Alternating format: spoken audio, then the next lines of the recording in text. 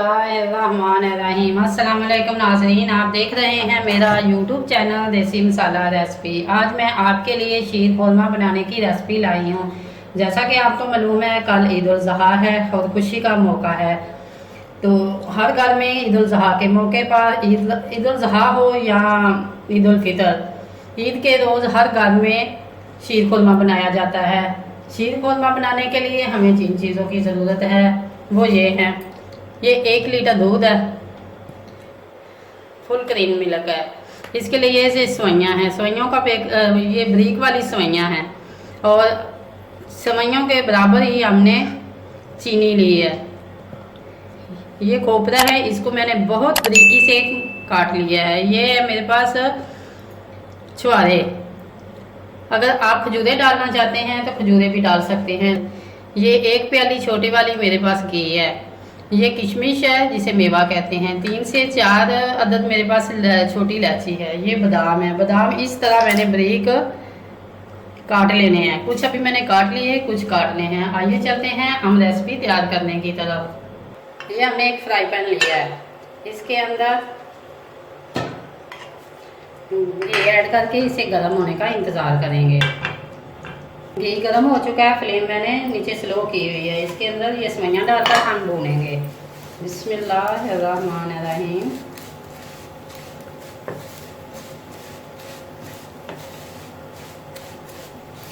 Flame जो नीचे ना हमने स्लो रखनी है। अगर तेज़ आंच होगी तो ये सवैयाँ हमारी जल जाएंगी। इसे हमने सिर्फ कलर, हल्का सा कलर देना है ताकि इनका कच्चापन भी ख़त्म हो जाए और इनमें बहुत अच्छी सी खुशबू आने लगे।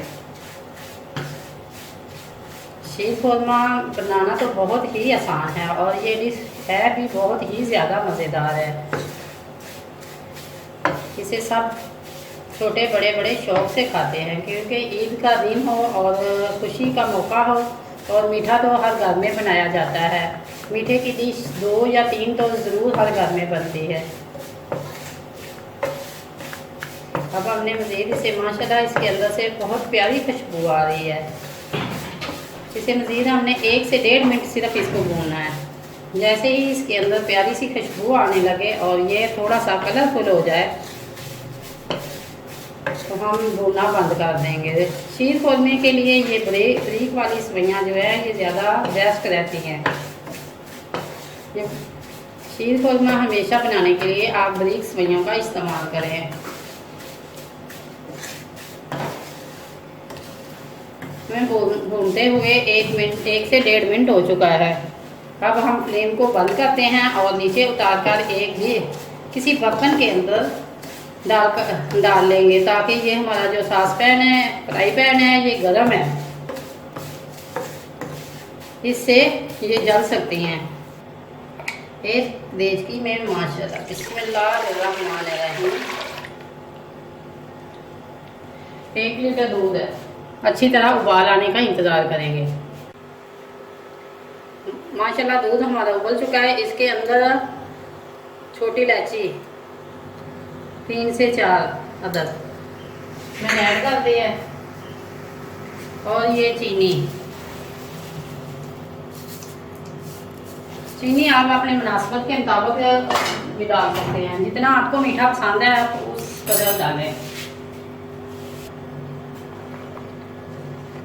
चम्मच से अच्छी तरह हिला लें ताकि चीनी हमारी इसके अंदर हल हो जाए।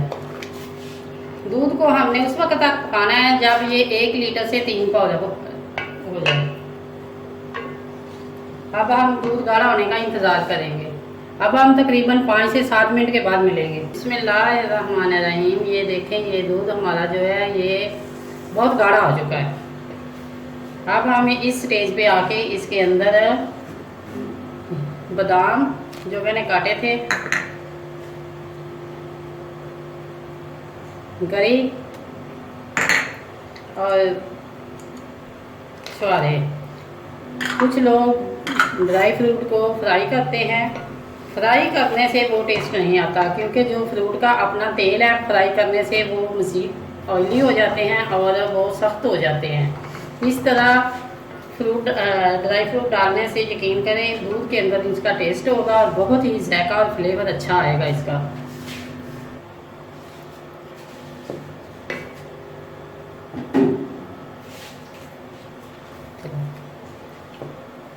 ये ड्राई फ्रूट डाल के 2 से 3 मिनट मैंने इसे मज़ीद पकाया है और ये सेवइयाँ जो मैंने भून कर रखी थी ये इनके अंदर ऐड करेंगे।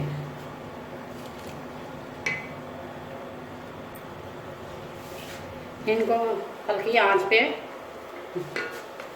मज़ीद हमने पकाना है। हमने अब इसको उस वक्त तक पकाना है जब तक सेवइयाँ गल जाए और दूध हमारा मज़ीद गाढ़ा हो जाए। मज़ीद हम इसे 5 मिनट के लिए पकाएंगे।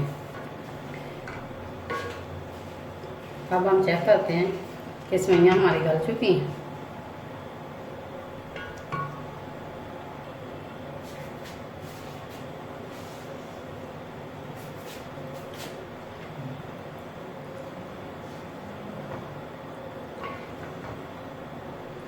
ये डिश माशाल्लाह बड़ी आसानी से बन जाती है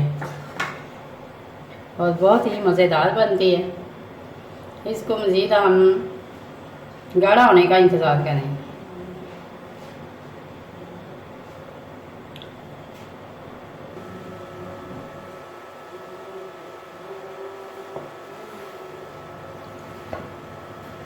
अब शीर खुरमा माशाल्लाह बन के तैयार हो चुका है। ये देखें, ये खोए की तरह बन गया है और ये सेवई ये भी मेल्ट हो जाती है और बहुत अच्छी तरह गल गई है। अब हम फ्लेम को बंद करते हैं और इसे ठंडा होने का इंतज़ार करते हैं। मैं तो इसे पानी के अंदर रखकर ठंडा करूँगी। आप अपनी मुनासिबत से ठंडा करने का तरीका जो आपका है वो आप करें, लेकिन अब मैंने फ्लेम बंद करनी है।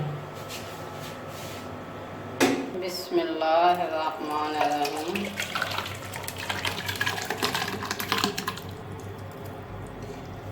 अब ये हमने डिश आउट कर दी है। इसके अंदर हमने कुछ जो मेवे जात तो डाल दिए थे, लेकिन ऊपर गार्निश भी हम करेंगे।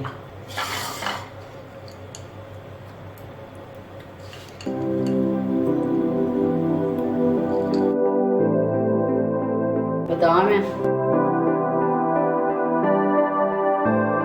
क्रश की हुई गरी,